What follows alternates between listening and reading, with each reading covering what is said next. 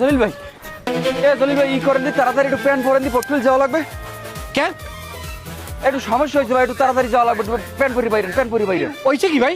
না ওই মেম্বার আর চেয়ারম্যান পটুলি গেল না হ্যাঁ। হেন্ডু এর কট খাইছে ওকে আডুতে খাইছে না হাতে খাইছে? ওরে ভাই হে কট না ভাই সাংবাদিককে কট দিছে কট কি কিভাবে দিল কট? ওই পটুলি যাইয়ে হেরা আবার একটু ফেরে সইদ গেছিল রুমে একটা রুম রাখছে তো হোটেলে এনে ফেরে সইদ ঢুকছিলে এনে সাংবাদিককে যাই ধরে লাইছে কেন সাংবাদিক সেখানে যাবে কেন? তারা জানে না আমার বউ মেম্বার আর সেখানে একজন চেয়ারম্যান, দুইজন সরকারি লোক সরকারি কাজে গেছে।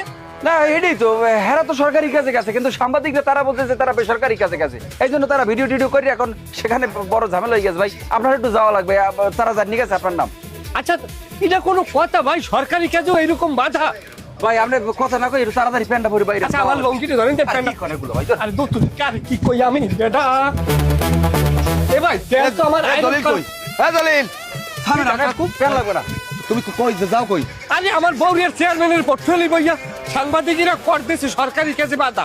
সাংবাদিরে কর দেও আর যে মোল্লা হে কর দেও, তুমি আমার চাউল দিয়ে যাও। এই শেষকালেও তুমি তোমার 2000 টাকা দিয়ে দাও। আরে চাচা আপনার চাল টাল এগুলো বাদ দেন তোর চাচার বাইরে তুই টাকা দে আগে বেটা।